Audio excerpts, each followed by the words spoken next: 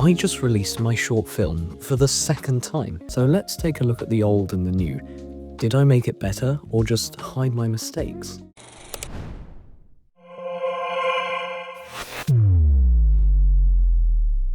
Back in January 2025, when I started this project, I had one simple idea. A robot doing the same job over and over again, but it's part of something bigger. Probably a nice metaphor for something. I didn't consider it much at the time, but the more I look at the final film, the more I realize it wasn't one thing holding the film back, it was everything.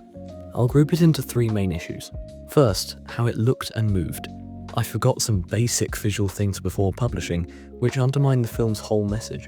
Second, editing. For example, I went for a sepia look and ended up with this blast of bright orange. And thirdly, music. I'm a bit disappointed with my choice. It didn't really fit, and you can barely hear it anyway because of the overload of sound effects. These issues were all things I paid attention to when remaking Clockwork, so let's take a look at some now. First up on the modelling side is the robot, and this is where things fell apart. In the original, the joints were not smooth and very boring. This was easily fixed this time round though, with some shading and a nice material. Even so, some joints were just fully missing, like the hands.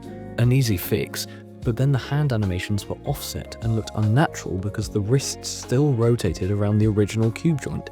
So I reanimated the hands. How fun. Next, while the style is blocky on purpose, the original model is literally just primitives. So I added some smoothness to the edges and made the arm bones a more dynamic shape.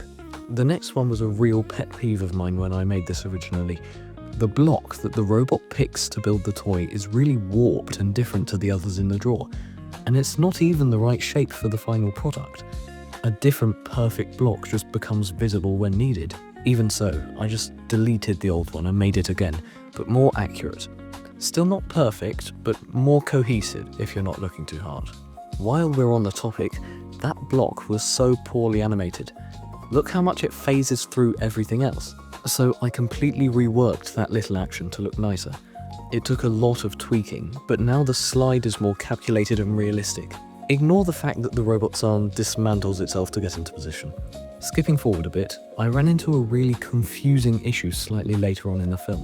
When the robot gives the toy to the system, this happens.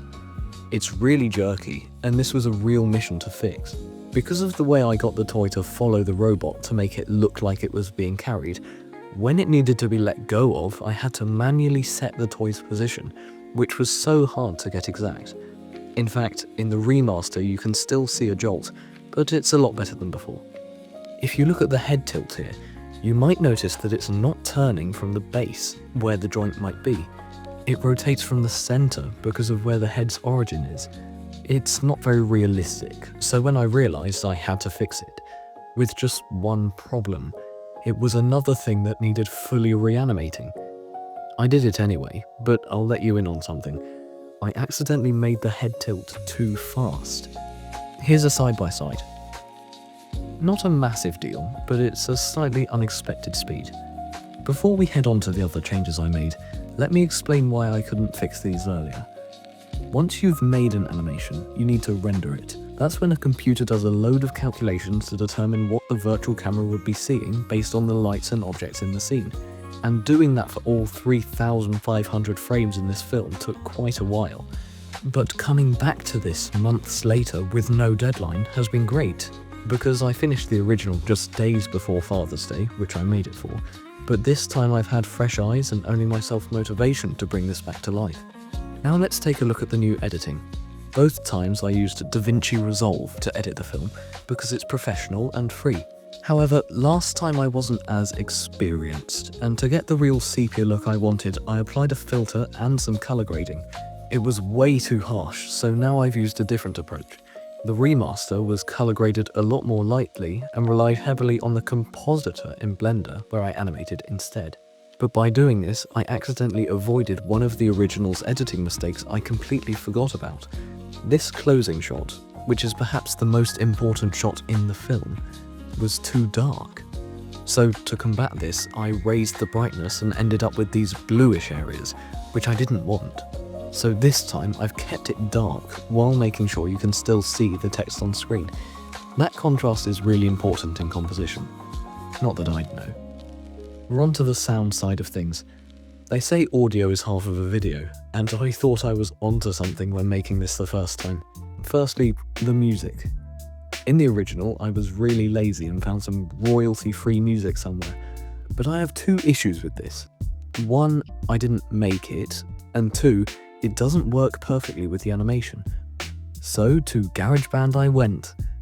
I wish that was a joke.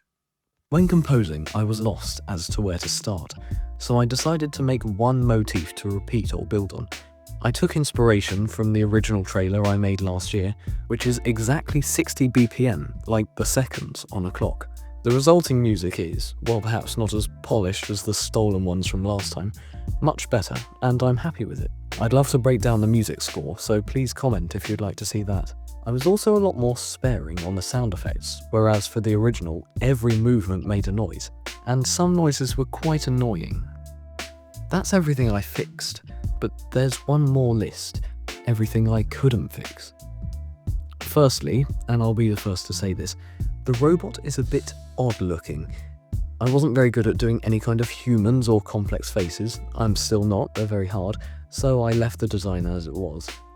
To be fair, it's a little endearing and it lights up when it's happy, so why not? Next up, I forgot to make all the gears look smooth. It's fine though, it still looks okay, right? Also, I wish I could have changed that final message, "You made me me." It's okay, but perhaps a little difficult to understand if you're just reading it. However, the robot's little room fits inside the O in you, so it would have been a hassle to reinvent the final shot. The robot's hand also clips into the table here, but I think I'll live with it. Well done me for not being a perfectionist. So, the question is, am I proud of it now? The answer? I always was. It's not perfect, but it's the first film I've finished. Finishing what I started a year ago means I'm ready to move on to new, more ambitious projects. And get ready because my next project will be bigger and better. Please leave a like if you enjoyed and subscribe to stay notified for my next short film. I'll be announcing it in just a few days. Thanks for looking back with me. Have a great day, and until next time.